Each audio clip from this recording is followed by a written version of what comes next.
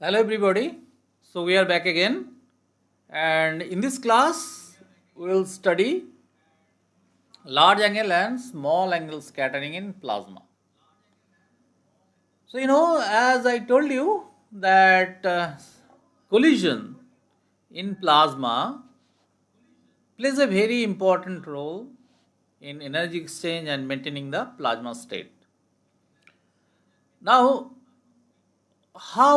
what is the rate of collision inside plasma, and whether we can consider the plasma sometimes as collisionless. And scattering plasma, uh, it doesn't require collision like billiard balls. They need not physically touch each other. So this is one very important thing. This is because long range Coulombic force can impart force on the other particle from a distance as well. Now, when we are talking about this large angle and small angle collisions in plasma, uh, you know that when we are talking about small angle collision, we are basically talking about the deflection extremely small. So one particle, if it is coming from the left and doing a small angle scattering with some particle, it will go almost undeflected on the right side, and the deflection will be extremely small. So that is the kind of small angle scattering. And what is large angle? When the angle of deflection is very large. Now, this very large and very small, these are some big quantities. In physics and in mathematics, we want to define the things very precisely, and we'll try to do that in plasma in a very natural way. We start. So as usual, you have already done many scattering studies in your undergrads. What we do usually, there is one particle at the center and one particle coming from the left and going to the right.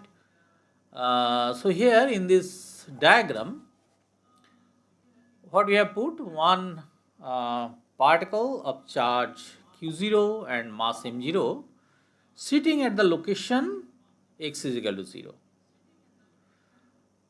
and a particle of charge q and mass m is coming from the left and getting deflected by this charge particle of charge q0 and mass m0 and moving to the right. This phi is the angle of deflection.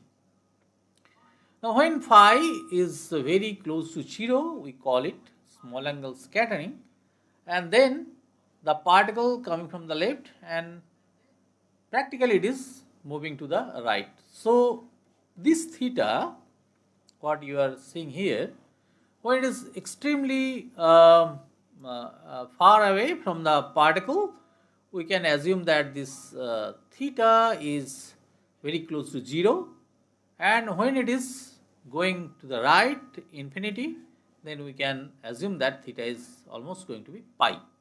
Okay. And when it is getting scattered, we use the convention that its velocity is having two components.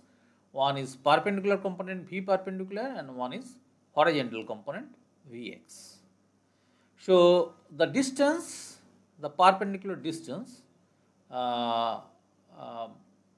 is p, that marks the distance along which the particle is moving, and the line where the charge q0 and mass m0 is sitting. So this p is called the impact parameter. So we'll study this in terms of this momentum conservation, and we'll try to find out whether it is possible to find a definition of small angle and large angle scattering very precisely. So you know that if this is the charge particle of charge q and mass m, and this is charge q0 and mass m0, the force that it is applying on this, it is moving in this r direction, this force is in this r direction, and you can always break into two components. One is your perpendicular component and one is your horizontal component. So the Coulombic force is 1 by 4 pi epsilon q by q0 by r square, and that is pointing along the radial vector connecting these two objects. Okay. So for this geometry, what we can say that this r, this distance is equal to p by sine theta, because this perpendicular distance p equal to r sine theta, and this x is equal to minus r cos theta, because we have taken 0 over here. So this side is negative and this side is positive. So this force perpendicular component will be multiplied by sine theta, and the horizontal component will be cos theta. Now we have done some mathematics over here. Just from this we can find out that what will be dt, that is there should be one d theta actually, which is missing over here. That has to be put over here. No? So this d theta is missing and dt is here. Now what is the change in momentum as it moves from left to right? So when it is coming from the left, perpendicular component of momentum is 0, because there is no vertical velocity component when it was far away from this charge particle. It was following almost horizontal motion, so there was no perpendicular velocity component. After deflection, it has achieved a perpendicular velocity of v perpendicular. So the change in momentum that has happened is mv perpendicular minus 0, and this is when you do this, this is force, whatever is applied on that, that is integrated over time. So that gives you this quantity, whatever is on the left, equate with this one. Now what is happening over here, you see this F perpendicular. F perpendicular is continuously varying with time, because this theta is varying, and you see that this F perpendicular is dependent on this theta. So that is why this integration was required. So if we want to do integration, then what we find, F perpendicular is as a function of theta, and this theta is a function of time. So here we have got a relationship between this dt and d theta, and we have put over here. So if you want to find out v perpendicular from this integration, you can just write, take m on the other side, and this f perpendicular you can put over here, and in terms of theta, what you can do, you can put dt and d theta term over here, and then you get finally this integral in this form. And as you know, when you are considering theta at t is equal to minus infinity, theta is 0, that is the lower bound of this theta, and at t is equal to infinity, the theta is pi, 180 degree, because it is going infinitely away from this charge particle.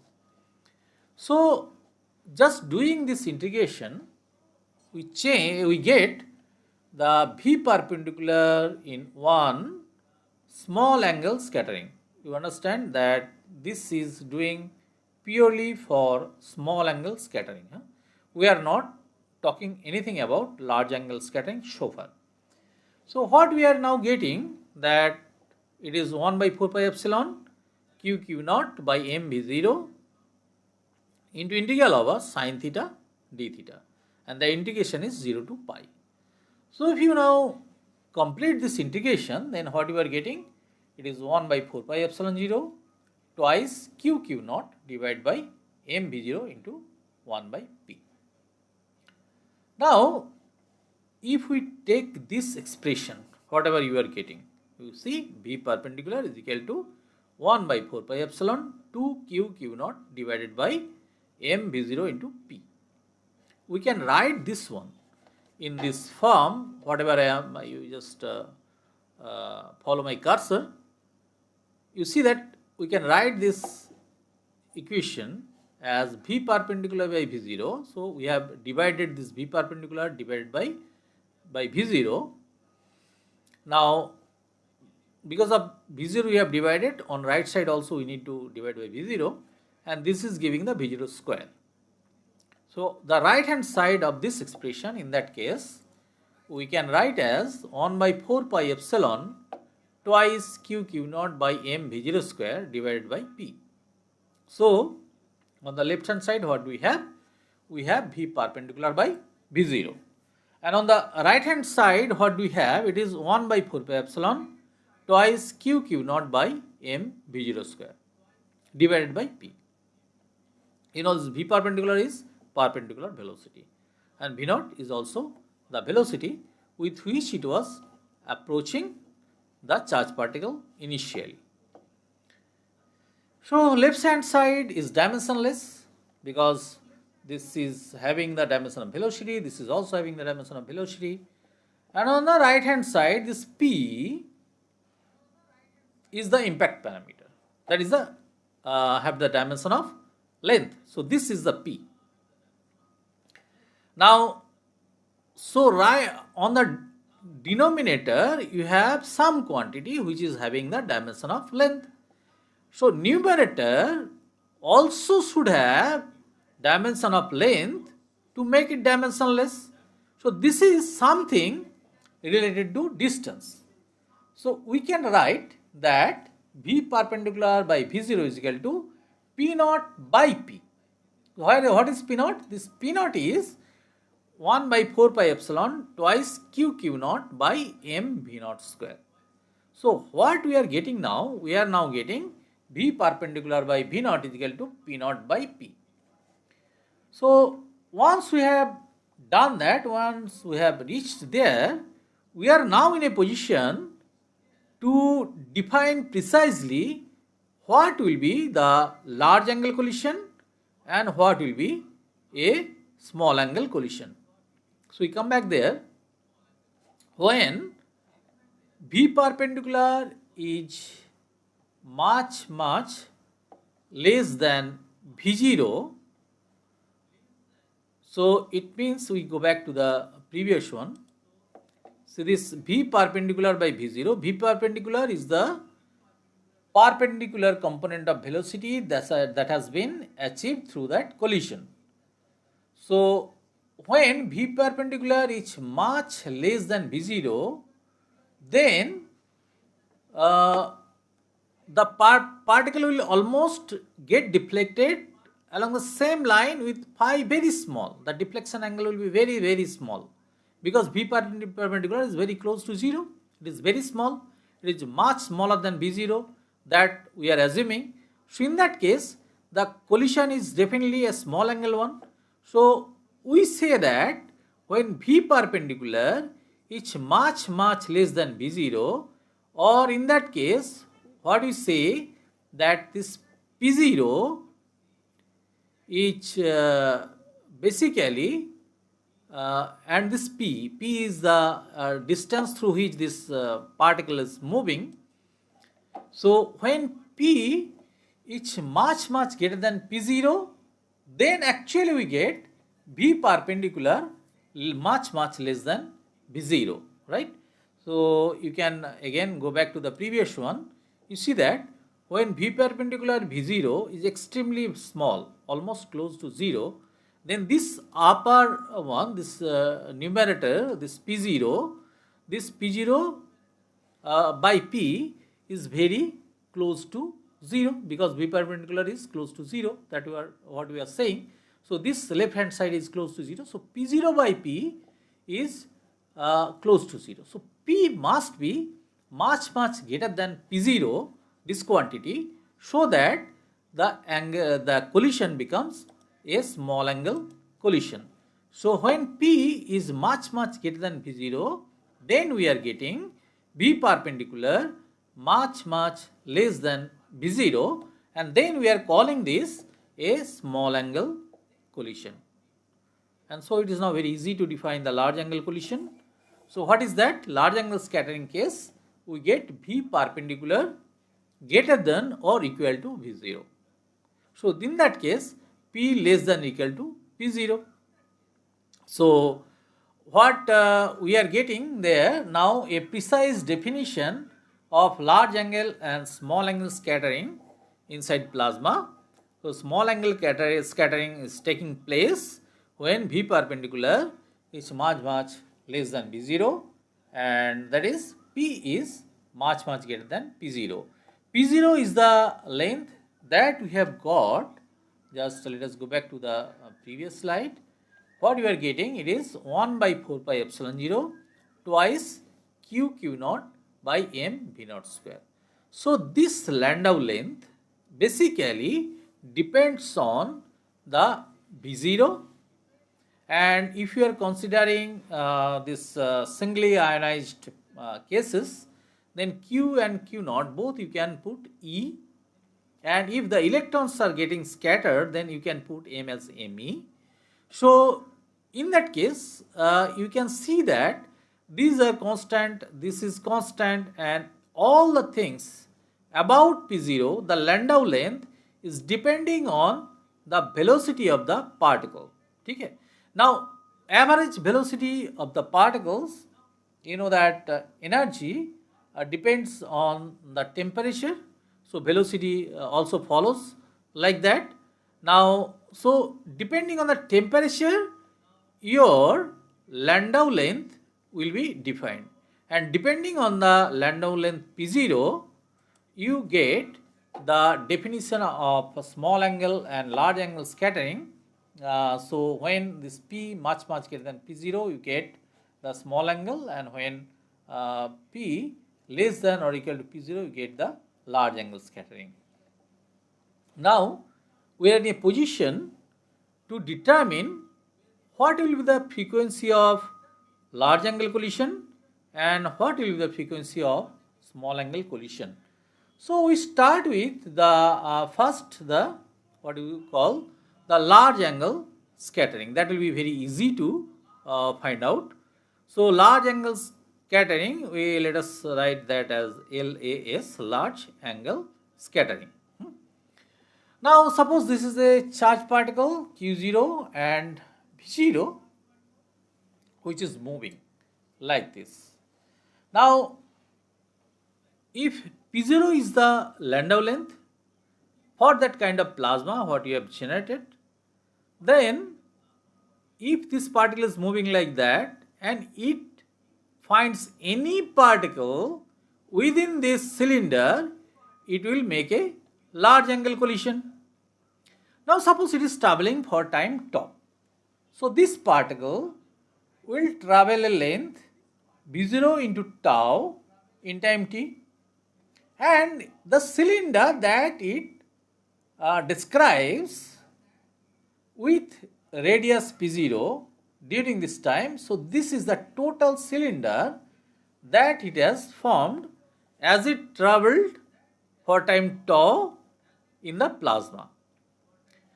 So what is the volume that it has created? It is pi P0 square. This is the area multiplied by the distance B0 into tau. So that creates the volume of the cylinder that it has described, and if you multiply that volume by the N0, the density of particles per unit volume, then you find out what is the total number of charged particles that is contained within this cylinder. Now we want to find that time within which, for that time, within which it will find at least one particle in that cylinder.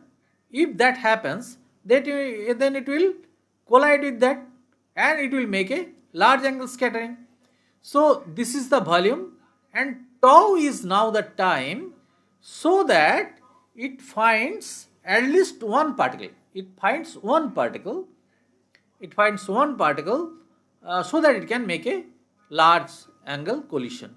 So pi p0 square v0 into tau, that makes the volume.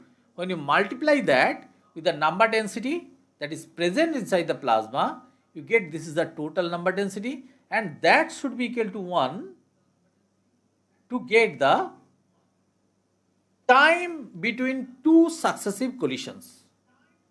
So if tau is the time between two successive collisions, that is the time required to get the first collision, so then 1 by tau will give you the frequency of such collisions.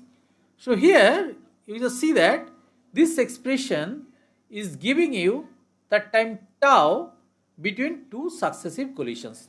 You just take out tau from here and it becomes 1 by pi p0 square n0 into v0. So that is the time between two successive collisions. So if you take an inverse of that, then what you get? That will give you the large angle collision frequency. And you come back here, you just take an inverse of tau, that is 1 by tau. So this whatever is in the denominator, that goes up. So that is become 1 by tau is equal to pi p0 square n0 into v0. And 1 by tau, what it defines? That is the large angle collision frequency. So large angle collision frequency expression, what you get is that pi n0 v0 into p0 square. Now we come to the expression for p0, the Landau length. So that what we got is this is the expression for p0 that we obtained from here. So it is what? 1 by 4 pi epsilon 0 twice q naught divided by m v naught square.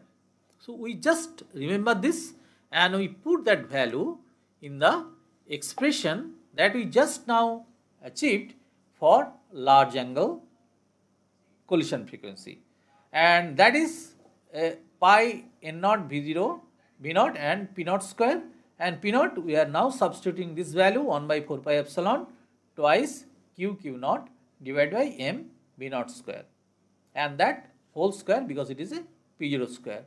So if you put that value over here, then we are getting this 1 by 4 pi epsilon square, it comes out, and then q and q naught both are squared here, then pi n0 comes from here, it sits here, and 2 square goes to 4, it is here, and 1 by 4 pi epsilon naught square, that goes out, and then m v naught square, when you square it, then it becomes m square v naught to the power 4, but 1 v naught is over here, so that cancels and you get v naught cube.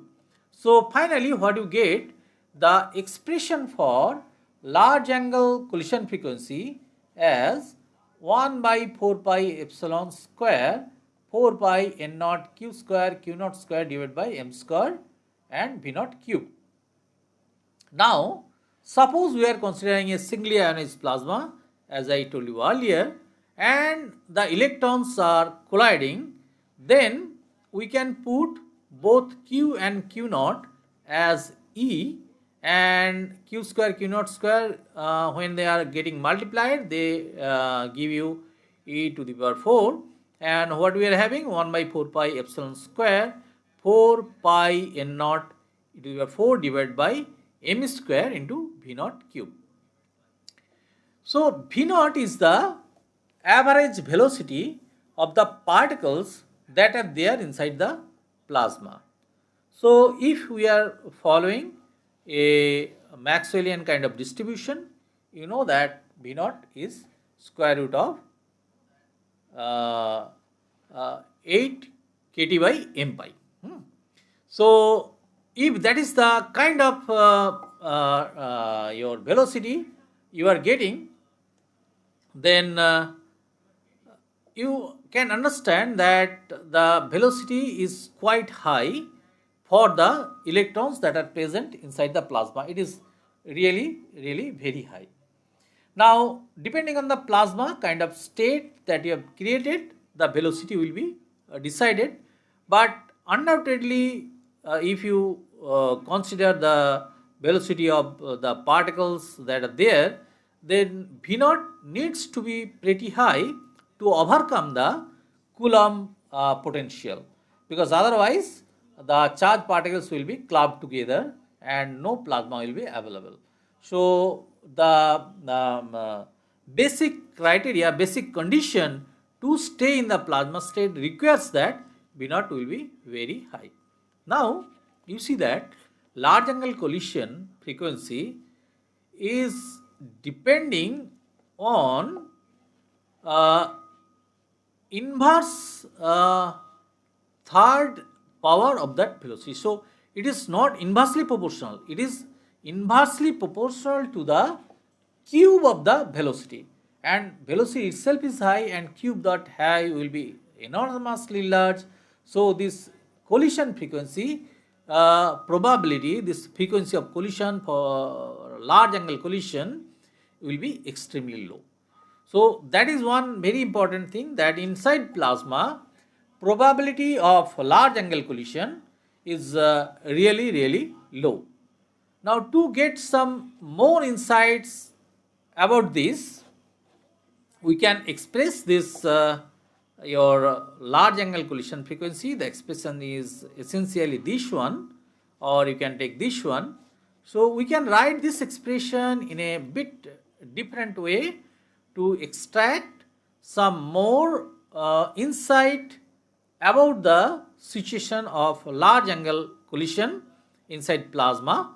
Like this one, what you are getting here, that we have written the same expression in a bit different form. Only thing what we have done over here is that we have written in a specific form. Here we have taken n0 to the power 1/3, and what we have done here, we have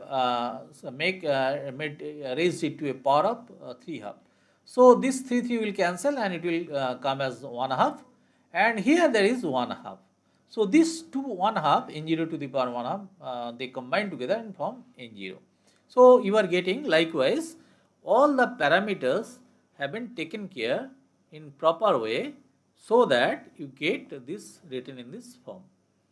Now you see that when we write it further in this manner, we get that it is large angle collision frequency is equal to square root of pi by 2 and then multiplied by square root of n0 q naught by m epsilon, and then you know that we have written something phi average by k to the power 3/2.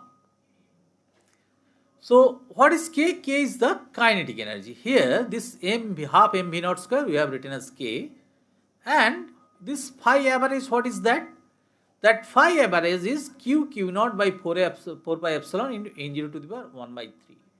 Now you know, for a plasma having a density of n0 to the power 1/3 roughly gives the average interparticle distance inverse of the average interparticle distance, that will be proportional to n0 to the power 1 by 3. That will be almost same as n0 to the power 1 by 3. So if we put that, then this is nothing but 1 by 4 pi epsilon 0 q naught by r. So that is the average potential. So what you get finally, that large angle collision frequency is, this one is n square by m epsilon 0, that is the plasma oscillation frequency, and phi average by k to the power 3/2. So the basic requirement to stay in plasma state, as I told you, that phi average must be much less than k. So this also reflects that probability of large angle collision in plasma must be very small. So up to this in this lecture, in the next lecture we will elaborate much on this, and we will go for the small angle scattering in plasma. Okay, thank you.